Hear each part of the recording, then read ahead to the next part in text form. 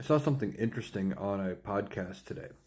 Now, this podcaster typically has guests, and the guest today said they would like to see term limits brought up for Congress and the U.S. Supreme Court, basically 12 years for all positions, um, preventing people from being 45 years a senator, like Clarence Thomas being on the Supreme Court for 30 plus years, well into his 70s, and is going to stay until he's either forced out, retires under a Republican, or dies, um, and things like that. The problem with trying to get term limits for Congress is Congress itself would have to pass an amendment to the Constitution to put those limits in. They couldn't just pass a law, um, as far as I know, to change the requirements, especially for the Supreme Court. They would have to pass a constitutional amendment just like they did for the presidency.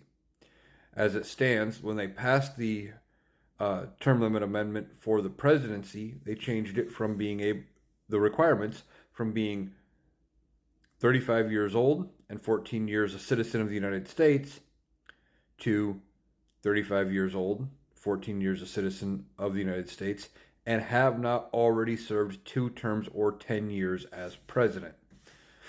They added a requirement to the Constitution. As it stands right now, there are no term limit requirements to be a Supreme Court justice or to be a member of the House, to be a senator.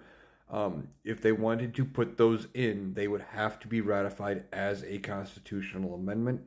And I don't see Congress passing an amendment and sending it to the states to get ratified to limit their own ability to be a career politician. I could be wrong, and maybe they do come up with something. And maybe they do try to push something out there thinking that 38 states would not ratify it. But I just do not see that happening, that Congress would put forward anything that would limit their own ability to keep running for re-election and make a lifetime out of being a politician.